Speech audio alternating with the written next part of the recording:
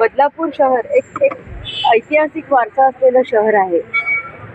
छत्रपती शिवाजी महाराजांच्या पदस्पर्शाने पावन झालेली ही भूमी आहे. त्याचबरोबर डॉक्टर बाबासाहेब आंबेडकर यांच्या पदस्पर्शाने पावन झालेली ही भूमी आहे. त्याच्यामुळे एक आगळा वेगळा इतिहास आपल्या बदलापूरला आहे. आणि त्याचबरोबर हे प्राचीनकालीन म्हणायला हरकत नाही, हे जे महागणपती मंदिर आहे, म्हणजे मी लग्न जेव्हा माझं 98 साली लग्न झालं तेव्हापासून मी या मंदिराबद्दल ऐकत आलेली आहे आणि त्यांचे अनुभवसुद्धा मी लोकांकडून ऐकलेले आहेत.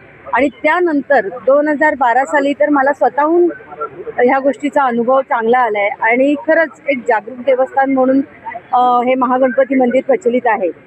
तर नक्कीच ह्या मंदिराला असं एक आगळंवेगळं रूप मिळावं आणि बदलापूरमध्ये बाहेरून येणारे जे पर्यटन आहेत त्यांनी या बदलापूरमध्ये स्पेशली हे गणपती मंदिर बघण्यासाठी यावं अशी एक माझी धारणा होती. आणि माननीय आमदार किसन कोथरे साहेबांच्या मार्गदर्शनाखाली आणि त्यांच्या प्रयत्नाने आपल्या बदलापूर शहराचा चेहरा मोहरा तर बदलतच आहेत. आपण बघितलंच आहे की आपल्या नदीचं स्वरूप किती हळूहळू सुधारत चाललेलं आहे, जीवसृष्टी आहे. आणि मग तिथून ह्या ऐतिहासिक वारसा लाभलेला असं आहे जे बदलापूर गाव आहे, ह्याचा तसा दिसायला पण तसं दिसावं ह्या दृष्टिकोनातून आपण ह्या प्रकारचं काम चालवलं आहे. आणि ह्या महागणपती देवस्थान आणि हनुमान मंदिर देवस्थान या दोन्ही देवस्थानांचं एक प्राचीन रूप त्यांना दिलं जाणार आहे.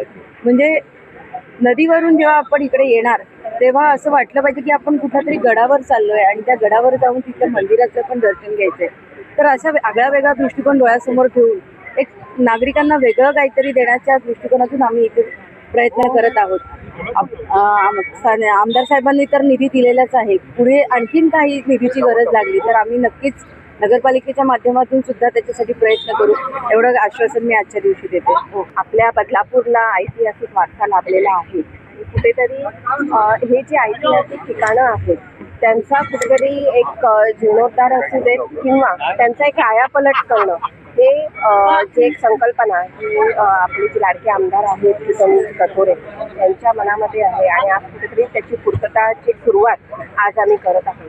आणि खरंच बाप्पाचं जे हे मंदिर आहे तर इथे येणाऱ्या प्रत्येक भक्ताला या बाप्पाने भरभरून दिलेलं आहे.